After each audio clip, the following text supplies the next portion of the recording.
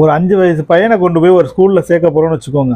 அந்த எஜுகேஷன் நல்லா இருக்குதா, தங்குற இடவசதி நல்லா இருக்குதா, டீச்சர்ஸ்லாம் சரியான டீச்சர்ஸ் தானா, நல்லா படித்தவங்களா, பண்பாக நடந்துக்குவாங்களா, அந்த பள்ளிக்கூடத்துக்கும் நம்ம வீட்டுக்கும் தூரம் எவ்வளவு இருக்கும், போகிற வழியில் டிராஃபிக் அதிகமாக இருக்குமா, இல்லை நார்மலாக போய் வர முடியுமா, இல்லை இடப்பட்ட நேரத்தில் நம்ம போய் கூப்பிட்டா விடுவாங்களா, இந்த மாதிரியான நிறையா விஷயங்கள் பசங்களுடைய செக்யூரிட்டிக்காண்டி நம்ம பார்க்குறோம்.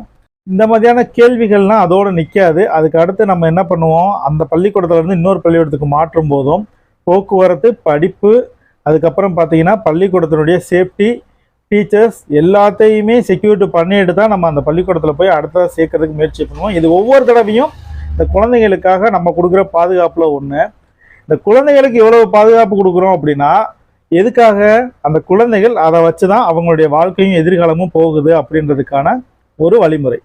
இப்போ நம்ம 2 பேரும் வருவோம். அதாவது நானும் என் வீடியோவை பார்க்குற நீங்களும். நான் ஒருத்தரை ஃபாலோ பண்ணுறேன் அப்படின்னா அவங்க எனக்கு என்ன சொல்ல வராங்க அப்படின்றத நான் எடுத்துக்கணும். அவங்கக்கிட்ட இருந்து நான் நிறைய நல்ல விஷயங்கள் எடுத்துக்கிறதா இருந்தால், எனக்கு அந்த நல்ல விஷயங்கள் பயன்படுறதா இருந்தால் நான் அவங்கள ஃபாலோ பண்ணுவேன். ஒன்று.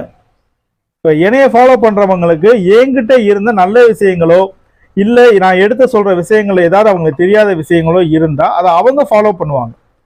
ஸோ அதுக்காகத்தான் ஒருத்தரை ஒருத்தர் பின்தொடர்றோம். ஓகேவா? ஸோ இங்கே இருக்க அனைவருக்குமே பின்தொடர்தல் அப்படின்றது ஒன்று எதுக்காக வருது அப்படின்னா, தன்னுடைய தேவையை இன்னொருத்தர்கிட்ட இருந்து எடுத்து பூர்த்தி செய்கிறதுக்காக ஒரு முடிவு.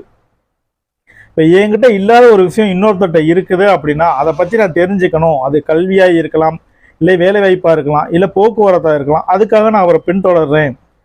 ஸோ அவரால் எனக்கு ஒரு நல்ல விஷயம் நடக்குது. ஓகே. அதே மாதிரி என்கிட்ட இருந்து பின்தொடர்றவங்களுக்கு என்னால் எடுத்துக்காட்டாக சொல்லக்கூடிய ஒரு சில விஷயங்களில் அவங்களுக்கு வாழ்க்கையில் துணையாக இருக்கலாம். ஸோ அவங்க என்னைய பின்தொடர்றாங்க. ஆனால் தோளை தட்டி எனக்கு இத்தனை மில்லியன் வியூவர்ஸ் இருக்காங்கன்னு சொல்கிறாங்கல்ல, அவங்க அந்த மில்லியன் வியூவர்ஸ்க்கும் பார்க்குற பார்வையாளர்களுக்கும் என்ன சொல்ல வராங்க, அவங்க சொல்கிறதுல பார்க்குறவங்க பார்வையாளர்கள் என்ன எடுத்துக்கிறாங்க அப்படின்றதுக்காக இந்த வீடியோ. இப்போ நம்ம குடும்பத்தை பற்றி பேசும்போதும், போக்குவரத்தை பற்றி பேசும்போதும், ஒரு சமுதாயத்தில் இருக்கிற விஷயங்களை பேசும்போதும் பொதுவான விஷயம் என்ன தெரியுமா, வேலை வாய்ப்பு, அதுக்கப்புறம் பார்த்தீங்கன்னா பணம், உழைப்பு, இந்த மாதிரி நிறைய விஷயங்கள் இருக்குது. இதுதான் ஒரு மனுஷனுடைய மூலதனம். ஒரு நாளைக்கு நான் காலையிலேருந்து கிளம்பி இங்கே வந்து உட்காந்து என்னால் முடிஞ்ச வேலைகளை பார்த்தா எனக்கு வர வருமானத்தை வச்சு நான் என் வீட்டுக்கு தேவையான எல்லா திங்ஸையும் நான் வாங்குகிறேன். என்னால் முடிஞ்ச செலவுகளை குறைச்சிக்கிறேன், இல்லை கூட்டுறேன். இந்த மாதிரியான விஷயங்களை கண்காணிக்கிறது எதுன்னு கேட்டிங்கன்னா என்னுடைய வருமானம். என்னுடைய வருமானத்துக்கு ஏற்ற மாதிரியான என்னுடைய செலவுகள், என்னுடைய செலவுகளுக்கு ஏற்ற மாதிரி அடுத்த உழைப்பு, இது தொடர்ந்துக்கிட்டே இருக்கும், சங்கிலி தொடர் மாதிரி. சரியா? இப்போ இந்த மில்லியன் வியூவர்ஸ் இருக்காங்கல்ல, அந்த மில்லியன் வியூவர்ஸ்க்கு அந்த சேனலுடைய ஓனர் என்ன சொல்ல வராங்க, அதை அந்த மில்லியன் வியூவர்ஸ் எப்படி எடுத்துக்கிறாங்க அப்படின்றதுக்காக ஒரு புரிதல் இல்லாத வீடியோவாக இதை நீங்கள் எடுத்துக்கலாம். எனக்கு புரிதல் இல்லை, யாராவது அதில் இருந்த மில்லியன் வியூவர்ஸில் யாராவது ஒருத்தர் இருந்தீங்கன்னா என்னுடைய சேனலில் எனக்காக ஒரு ரிப்ளை மட்டும் எனக்கு போடலாம் தாராளமாக. எதுக்காகன்னு கேட்டிங்கன்னா, என்னுடைய சேனல் இருக்க சப்ஸ்கிரைபர் எல்லாருக்குமே நான் ஒரு விளக்கம் கொடுக்கணும்னு எதிர்பார்க்குறேன். அந்த விளக்கத்தை உங்கள்கிட்ட இருந்து வாங்கி தான் நான் கொடுக்கணும். ஏன்னா நீங்கள் மில்லியன் வியூவர்ஸ் சப்ஸ்கிரைபர் பண்ணியிருக்கீங்கல்ல, அந்த சப்ஸ்கிரைப் பண்ண சேனலுடைய ஓனர் ஒரு வீடியோ அப்லோட் பண்ணியிருக்காங்க. இந்த மாதிரியான நிறையா சேனல்ஸோட ஓனர்ஸ் ஏகப்பட்ட வீடியோக்கள் அப்லோட் பண்ணியிருக்காங்க. அதாவது ப்ரொமோஷன் வீடியோன்னு சொல்லுவாங்க. இதை வாங்குங்க, இதை செய்யுங்க, இங்கே போங்க, அங்கே போங்க, அது உங்களுக்கு கிடைக்கும், இது உங்களுக்கு கிடைக்கும்னு சொல்கிறது தான் ப்ரொமோஷன் வீடியோ. ஆனால் இதுக்கெல்லாம் பணம் எங்கிருந்து வருகிறது என்று யாராவது ஒரு சேனல் ஓனராவது சப்ஸ்கிரைபருக்கு சொல்லி கொடுத்துருக்காங்களான்றது தான் என்னுடைய கேள்வி. ஏகப்பட்ட ஓனர்ஸ் இருக்காங்க. ஆனால் இங்கே மதிமயக்கத்தில் இருக்கக்கூடிய சப்ஸ்கிரைபர் எல்லாருக்குமே ஒரு முக்கியமான சேனல் ஓனரை நான் காமிக்கிறேன். அவங்க ஒரு இடத்துக்கு போயிருக்காங்க, அதை வந்து ப்ரொமோஷன் வீடியோவும் ஒளிபரப்பியிருக்காங்க. அந்த ப்ரொமோஷன் வீடியோவில் அவங்க சொல்கிறது என்ன, அதை வச்சு சப்ஸ்கிரைபர் புரிஞ்சுக்கிறது என்ன, இந்த ஒரு கேள்வி இருக்குது. இந்த கேள்விக்கு சப்ஸ்கிரைபர் யாராவது, அதாவது அவங்களுடைய சப்ஸ்கிரைபர் யாராவது இருந்தீங்கன்னா எனக்கு தயவு செய்து ஆன்சர் பண்ணுங்கள். இந்த வீடியோவும் பாருங்கள்.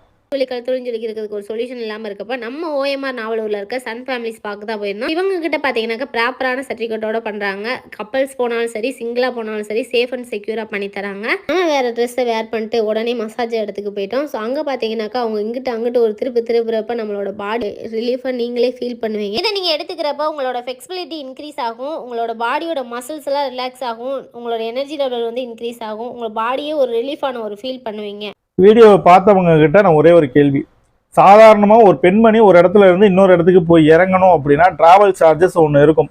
ஃப்ரீ பஸ்லேயே நீங்கள் போகிறீங்கன்னா கூட ஃப்ரீ பஸ்ஸில் போகிற நிலைமையில் இருக்க உங்களுக்கு இந்த மாதிரியான ஒரு மசாஜுக்கு போகிறதுக்கான பணம் எங்கிருந்து வரும்? ஒன்று, நீங்கள் கார்லேயே நீங்கள் போகிறவங்களாவே இருந்தாலும் காருக்கு போகிற பெட்ரோல் செலவு, டிராவல் செலவு, உணவு, அதுக்கப்புறம் பார்த்தீங்கன்னா வீட்டுக்கான செலவு, இதெல்லாம் தாண்டி இந்த மசாஜுக்கு போகிறதுக்காக உங்களுக்கு ஆகும் செலவு எவ்வளவு ஆகும்? 2, சாதாரணமாக காலையில் இருந்து சாயந்தரம் வரைக்கும் இல்லை நைட்டு வரைக்கும் இல்லை கண்டினியூவாக நைட்டும் பகலுமா உழைக்கிற பெண்கள் எவ்வளவோ பேர் இருக்காங்க. வீட்டு வேலை, காட்டு வேலை, அதுக்கப்புறம் பார்த்தீங்கன்னா ஆஃபீஸ் ஒர்க்கு, பஸ்ஸில் போய் சைக்கிளில் மிதித்து நடந்து போய் கொரியர் டெலிவரி, சாப்பாடு டெலிவரி, இட்லி கடை, எவ்வளவோ தொழில் நடத்துகிற பெண்கள் இருக்காங்க. அவங்களுடைய உடல் வலின்றது தினமும் இருக்க ரொட்டீனான ஒரு விஷயம். ஆணுக்கும் சரி பெண்ணுக்கும் சரி உழைக்கிற இருவருக்குமே ரொட்டீனான ஒரு விஷயம் இருக்குன்னா அது வந்து வலி. உடல் வலி, மனவலி ரெண்டுமே ரொட்டீனாக இருக்கக்கூடிய ஒன்று. அதை மாற்றக்கூடிய விஷயம் எதுவுமே கிடையாது. ஒரு நபர் இன்னைக்கு 500 ரூபாய் சம்பாதிக்கிறாரு அப்படின்னா அவர் எவ்வளவு தூரம் சுற்றி இருக்காரோ அலைஞ்சிருக்காரோ அதே அளவு மறுநாள் அதை விட அதிகமாக அலைஞ்சாதான் அவரால் அந்த சம்பாத்தியத்தை எடுக்க முடியும்.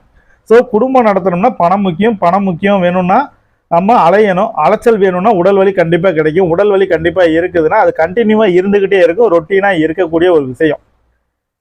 நம்ம ஒன்றும் வெள்ளைக்காரனோ வெளிநாட்டுக்காரனோ கிடையாது. வாரத்தில் 7 நாள் சம்பாதிச்சுட்டு 10 நாள் படுத்து தூங்குறதுக்கு நம்ம சம்பாத்தியம் நம்மளுக்கு தெரியும். இன்னைக்கு 500 ரூபா சம்பளம்னா 7 நாளைக்கு வர சம்பளத்தில் அன்னன்னைக்கு பால் செலவுல இருந்து, அரிசி செலவுல இருந்து, சாப்பாடு செலவுல இருந்து, பெட்ரோல் செலவுல இருந்து எல்லாம் போயிடும். கையில் 0 தான் இருக்கும்.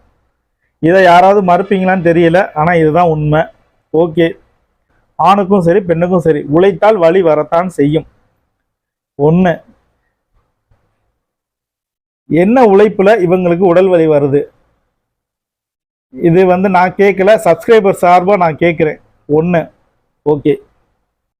இப்போ நம்ம எடுக்கிறது பார்த்தீங்கன்னா வேம்போ மசாஜ். இதை எடுக்கிறப்ப நம்மளோட காலில் எங்கெங்க பெயின் இருக்கோ அதெல்லாம் கொஞ்சம் ரிலீஃப் ஆகும். இப்போ நம்ம எடுக்கிறது வந்து மூலிகை மசாஜ். இதை எடுக்கிறப்ப நம்மளோட ரத்தக்கட்டை எல்லாமே ரிலீஃப் ஆகும். Sound therapy massage. இதை எடுக்கிறப்ப பார்த்தீங்கன்னா நம்மளோட மைண்டு ரொம்ப ரிலீஃப் ஆகுது. ஐ மசாஜ் எடுக்கிறப்ப உங்க ஐயும் மைண்டு ரொம்ப ரிலீஃப் ஆகுது. 25 வகை மூலிகை சேர்ந்து இந்த பனலா லீஃப் எடுக்கிறப்ப நம்மளோட வெயிட் லாஸுக்கு ரொம்ப யூஸ். வேம்பு மரத்தால் செய்யப்பட்ட பாக்ஸ் டீம் எடுக்கும்போது பாடியோட டாக்ஸிஸ்லாம் ரிமூவ் ஆகும். இந்தியாவில் யாருமே இல்லாத சடன் உடன்பாத்து வந்து இவங்க கிட்ட இருக்கு. ஸோ இதில் ஃப்ளவர்ஸ், ஃப்ரூட்ஸ் எல்லாம் போட்டு குளிச்சு மசாஜ் கொடுக்குறப்ப சொர்க்கத்துக்கு யாருக்காவது இந்த மாதிரி பாடி பெயின் இருந்துச்சுன்னா கண்டிப்பாக. அதுக்கு அடுத்த கேள்வி, இப்போ இவங்க சொல்ற மாதிரி இந்த ப்ரொமோஷன் வீடியோவை பார்த்துட்டு சாதாரண குடும்பத்தில் இருக்க ஒரு பெண்மணியோ ஒரு ஆணோ இந்த இடத்த தேடி போய் ப்ரொமோஷனுக்காண்டி இவங்க போட்ட வீடியோவை பார்த்துட்டு ஒரு ஆசையில் போய் ஒரு நாள் மசாஜ் பண்ணுறாங்கன்னு வச்சுக்கோங்க. அந்த மசாஜுக்கு ஆகிற செலவை இவங்க ஏன் வீடியோவில் போட்டு காமிக்கல? ஒரு வேலை அப்படின்னா அந்த இடத்துக்கு ப்ரொமோஷன் பண்ணும்போது இது இவ்வளவு விலைன்றதை ஏன் இவங்க சொல்ல மாட்டேங்கிறாங்க? 2வது கேள்வி. 3வது கேள்வி, இப்போ இவங்க ப்ரொமோஷன் வீடியோவை பார்த்துட்டு ஒருத்தர் போய் அங்கே மசாஜே பண்ணிட்டு ஃப்ரெஷ் ஆகி உடம்புலாம் வலியெல்லாம் விட்டு வெளில வந்துட்டாங்கன்னு வச்சுக்கோங்க. அதுக்கப்புறம் அவர் என்ன ஃப்ரிட்ஜுக்குள்ள வைக்கிற ஆப்பிள் மாதிரி அந்த ஆணோ பொண்ணு ஃப்ரிட்ஜுக்குள்ள வைக்கிற ஆப்பிள் மாதிரி அப்படியே ஃப்ரெஷ்ஷாகவே இருக்க போகிறாங்க. அதுக்கு அடுத்த நாள் உழைக்கணுமே, ஓடணுமே, தெருவா சுத்தணுமே, வெயிலில் போ சுத்தணுமே. அப்போ எப்படி இந்த செலவு பண்ண காசை வந்து கணக்கில் எடுத்துக்கிறதுன்னு எனக்கு தெரியல. நான் சொல்ல வர்றது உழைக்கிறவங்களுக்கு தெரியும். உழைக்கிறவனுக்கு வேர்வையை துடைக்கவே நேரம் இருக்காது. அது ஆணாக இருந்தாலும் பொண்ணாக இருந்தாலும் இருக்கிற துண்டையோ கையையோ வச்சு துடைச்சி விட்டு தடவிக்கிட்டு போய்கிட்டே இருப்போம். இது என்னைக்கும் ஓடுறது தானே. போய் ஃபேஷியல் பண்ணிட்டு வந்து 1/2 மணி நேரம் கழிச்சு அதே வேலையை தானே பார்க்க போகிறோம், இல்லை அடுத்த நாள் அதே வேலையை தானே பார்க்க போகிறோம். ஒரு எதுக்கு ஃபேஷியலை பண்ணி மேக்கப்லாம் பண்ணி மறுநாள் வந்து திருப்பி அதே வேலையை பார்க்க போகிறதுக்கு எதுக்கு இவ்வளோ செலவு பண்ணணும்? இதை புரியாத நிறைய இளங்கன்றுகள், அதாவது ஆண் பெண்கள் நிறைய பேர் என்ன பண்ணுறாங்கன்னா மசாஜ் சென்டருக்குன்னு போகிறாங்க. அதுக்கு அடுத்த நாள்ல இருந்து திருப்பியும் அதே உடல் வலி நம்மளுக்கு வரத்தானே செய்யும் அப்படின்ற ஒரு எண்ணம் இல்லாமல் பணக்காரர்கள் மட்டுமே கொண்டாடக்கூடிய ஒரு சில விஷயங்களை ஏழை மக்களையும் கண்ணில் காமிச்சு இவங்க எல்லாத்தையும் இழுத்து அதுக்குள்ளே விடுறதுக்கான ஒரு ப்ரொமோஷன் வீடியோக்களை இப்படி பரப்புறாங்க அப்படின்னா சீட்டு கட்டு விளையாடுறதுக்கு ஈக்குவலான ஒரு விஷயம் நான் அதை சொல்லுவேன். பணம் இல்லாதவங்கிட்ட சீட்டு விளையாட்டை காமிச்சு அதுல பணத்தை போட்டு நீ தோத்து போய் தூக்கு மாட்டி சாகுறதும், இந்த மாதிரியான வீடியோக்களை பார்த்து உங்ககிட்ட இருக்க பணத்தை கொண்டு போய் அங்க கொடுத்து அதுல இருக்க எல்லாத்தையும் பண்ணிட்டு வந்து மறுநாள் வந்து உட்காரும் போது அந்த பணம் உங்ககிட்ட இல்லாம போகும். அதே உடம்பு ஒளி உங்ககிட்ட இருக்கதான் செய்யும். ஸோ அந்த சீட்டு கட்டுல நீ பணம் தூக்குறேன்னா அதுக்கு ஈக்குவல் தானே இதுவும். இதுல ஏதாவது மாற்று கருத்து இருக்கா உங்ககிட்ட? என்னுடைய சப்ஸ்கிரைபர் எல்லாருக்குமே நான் ஒன்று சொல்றேன், ப்ரொமோஷன் வீடியோன்னு எது வந்தாலும் சரி, எவனா இருந்தாலும் சரி, ஆணா இருந்தாலும் பெண்ணா இருந்தாலும் சரி, எத்தனை மில்லியன் வியூஸ் வச்சிருந்தாலும் சரி, எத்தனை சப்ஸ்கிரைபர் வச்சிருந்தாலும் சரி, இந்த மாதிரி கேள்வி கேளுங்க. இந்த ப்ரொமோஷன் வீடியோ போடுறே, இந்த ப்ரொமோஷனுக்கு ஆகிற செலவு என்ன? ஒரு நபர் உள்ள போயிட்டு வெளியில வந்தா அதுக்கு ஆகிற செலவு எவ்வளவு? அதை கேளுங்க. கிரீம் வாங்குங்க, பணம் முகம் பளிச்சுன்னு ஆகும். ஸ்ப்ரே வாங்குங்க, முடி பளபளன்னு மின்னுன்னு போடுறாங்க பார்த்தீங்களா? எல்லார்ட்டையும் கேள்வி கேளுங்க. இதுக்கெல்லாம் ஆகிற செலவு என்ன? இதுக்கு எங்க இருந்து வருமானம் வரும்? எங்களுக்கு எங்க இருந்து வருமானம் கிடைக்கும் அப்படின்னு கேளுங்க. சரியா? எல்லாரும் சொன்ன உடனே இருக்கிற காசெல்லாம் பிறக்கி உண்டியில இருந்து எடுத்து போட்டுட்டு நம்ம அங்க போய் கொடுத்துறோம். மறுநாள் உண்டியிலையும் இருக்காது, நம்ம கையிலையும் இருக்காது, பிச்சை தான் எடுக்கணும். அடுத்து